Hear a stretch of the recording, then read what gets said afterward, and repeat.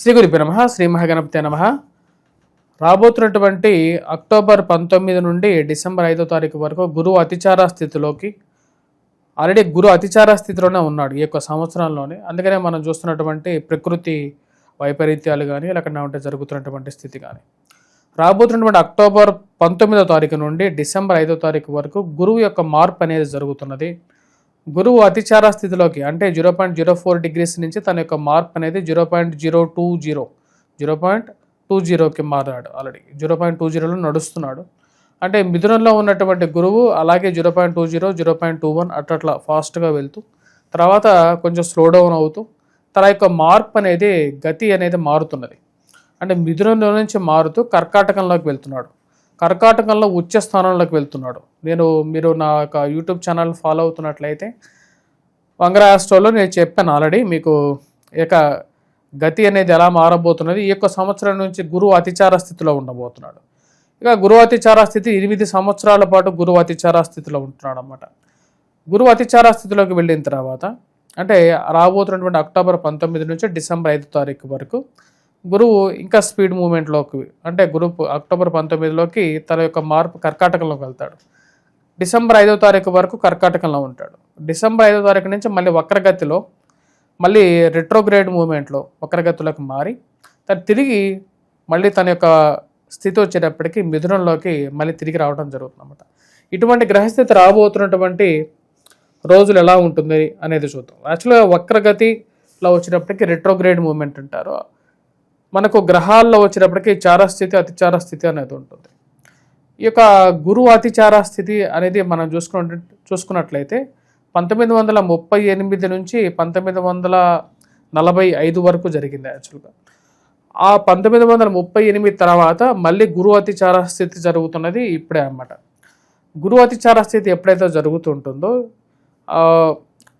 ఎలాంటి పరిస్థితులు ఉంటాయి అనేది మనం చూద్దాం. ముందుగా గురువు అతిచార స్థితితో పాటు గురువు మందగమనం కూడా ఉంటుందన్నమాట. అంటే ఒక సంవత్సరం పాటు గురువు ఒక రాశిలో ఉండాల్సినటువంటి గురువు కొన్నిసార్లు గురువు దానికన్నా ఎక్కువ టైం ఉండటం జరుగుతుంది. అతిచార స్థితికి రెట్రోగ్రేడ్కి కన్నా ఇంక మూడో స్థితి అన్నమాట. ఇటువంటి ప్రభావం కూడా వచ్చేటప్పటికి మనం 2021 2019 20 21 ఈ టైంలో కూడా చూసాం. అప్పుడు మనకు లాక్డౌన్ జరిగింది. ఇప్పుడు గురువు అతిచార స్థితి అనేది స్టార్ట్ అయింది. గురువు అతిచార స్థితి జరుగుతున్నప్పుడు ఆర్థిక మాంద్యం అనేది ఉంటుంది. మనీ ఫ్లో అనేది డిఫరెంట్గా ఉంటుంది. మరియు అదేవిధంగా ఫైనాన్షియల్గాను ఫుడ్కి కొన్ని ప్లేసెస్లో ప్రపంచంలో కొంచెం ఇలాంటివంటి కష్టాలు అనేవి ఉంటాయి. వాటితో పాటు బంగారం రేట్ అనేది బాగా పెరగటం, ఎవరు ఎక్స్పెక్ట్ చేయలేనటువంటి రేట్ రావటం అనేది జరుగుతుంది. గురువు యొక్క ప్రభావం అనేది ప్రపంచం మీద ఉండటంతో పాటు ద్వాదశ రాశుల వారి మీద కూడా ఉంటుంది. ముఖ్యంగా గురువు వచ్చేటప్పటికీ విద్యా సంబంధితమైన విషయాల్లోనూ, గృహంలో కొనుక్కోవటంలోను, వాహనం కొనుక్కోవటంలో, సెల్ఫ్ డ్రైవింగ్ విషయంలోనూ, మరియు అదేవిధంగా వైవాహిక జీవితం ఆరంభించటంలోనూ, వైవాహిక జీవితంలో ప్రశాంతతని, సంతాన ప్రాప్తిని, మరియు అదేవిధంగా కుటుంబంలో ఎదుగుదలని వీటన్నిటికీ మూలకారకంగా గురువు ఉంటాడు. ఈ సంవత్సరం నుంచి రాబోతున్నటువంటి 8 సంవత్సరాల పాటు ఇక గురువు అతిచార స్థితిలో ఉన్నప్పుడు గురువు ఒక రాశిలో ఉండకుండా 2 రాశుల్లో ఉంటూ ఉంటాడనమాట. అటువంటి పరిస్థితి రాబోతున్నటువంటి 48 రోజుల పాటు 48 డేస్ ఉంటాడనమాట. అంటే మిథునం నుంచి కర్కాటకంలోకి వెళ్ళి కర్కాటకంలో 48 రోజులు ఉంటాడు. 48 రోజుల తర్వాత మళ్ళీ తిరిగి ఈ యొక్క కర్కాటకం నుండి మిథునంలోకి రావడం జరుగుతుందన్నమాట. ఇటువంటి పరిస్థితి ద్వాదశ రాశుల వారి మీద మరియు ప్రతి ఒక్క రాశి వారి మీద ఎలాంటి ఇంపాక్ట్ ఇవ్వబోతుంది అనేది చూద్దాం. ఎందుకంటే 48 రోజులు అనేది కూడా ఒక బిగ్ టైం కాబట్టి ఈ టైంలో ఎటువంటి మార్పులు రాబోతున్నాయి అనేది చూద్దాం. సింహరాశి వారికి వృత్తిపరంగా వ్యాపారపరంగా గురువు యొక్క సంచారం అనేది అంత సానుకూలమైనటువంటి ఫలితాలు ఇవ్వదు. కొద్ది కష్టసాధ్యమైనటువంటి స్థితిలోకి గురువు రాబోతున్నాడు. లాభస్థానంలో సువర్ణమూర్తిగా ఉన్నటువంటి గురువు రాబోతున్నటువంటి 48 రోజుల పాటు 1000 స్థానంలోకి మారబోతున్నాడు. ఇప్పుడు పాషాణమూర్తిగాను లోహమూర్తిగాను మారబోతున్నాడు. ఈ యొక్క మారబోతున్నటువంటి యొక్క గురువు ఆరోగ్యపరంగానే కొన్ని చిక్కులను కలిగించే విధంగా ఉంటాడు కాబట్టి జాగ్రత్తగా ఉండాలి. పిల్లల ఎదుగుదల గురించి ఆలోచించేటువంటి వీరు కొన్ని కష్టసాధ్యమైనటువంటి పనులు ఉన్నప్పటికీ కూడా వారి గురించి కొంచెం ఆలోచన అనేది కలుగుతూ ఉంటుంది. వారి గురించి కలిగినప్పుడు ముఖ్యంగా ఈ రాశిలో ఉండేటువంటి వారు సంతాన గురించి ఎక్కువగా పట్టించుకోవాల్సినటువంటి ముఖ్యమైనటువంటి సూచన, వారి ఎదుగుదల గురించి కొంచెం ఆలోచన అనేది కలుగుతూ ఉంటుంది. కానీ ఈ రాశిలో ఉండేటువంటి వారికి పూర్తిగా నెగిటివ్ రిజల్ట్స్ అనేది ఉండదు. ముఖ్యంగా వచ్చినప్పటికీ రాశిలో ఉండేటువంటి 48 రోజుల పాటు ఖర్చు ఏదైతే ఉందో ఆ ఖర్చు పెట్టేటువంటి డబ్బు కుటుంబానికి ఏదో విధంగా డబ్బు అయితే ఖర్చు అవుతుంటుంది, కానీ అది ఖర్చు పెట్టేది ఇంట్లోకి ఖర్చు పెట్టడమే జరుగుతుంటుంది. అవసరమైనటువంటి ఖర్చుకే సద్వ్యయంగానే ఉంటుంది, దుర్వ్యయం అనేది అవ్వదు. ఖర్చు పెట్టేటువంటి డబ్బు కుటుంబంలో ఉన్నటువంటి వారికి కుటుంబంలో ఎదుగుదల గురించి అవసరాల గురించే కట్టుబెట్టాల్సినటువంటి ఆ పరిస్థితి అనేది ఏర్పడుతూ ఉంటుంది. పిల్లలు యొక్క ఆరోగ్యపరంగాను శారీరకంగాను వారు ఎలా ఎటువంటి పరిస్థితిలో ఉన్నారు అనేటువంటి కొంచెం ఆలోచన అనేది కలుగుతూ ఉంటుంది. సంతాన ప్రాప్తి గురించి అప్పుడప్పుడు ఆలోచన అనేది కలుగుతూ ఉంటుంది.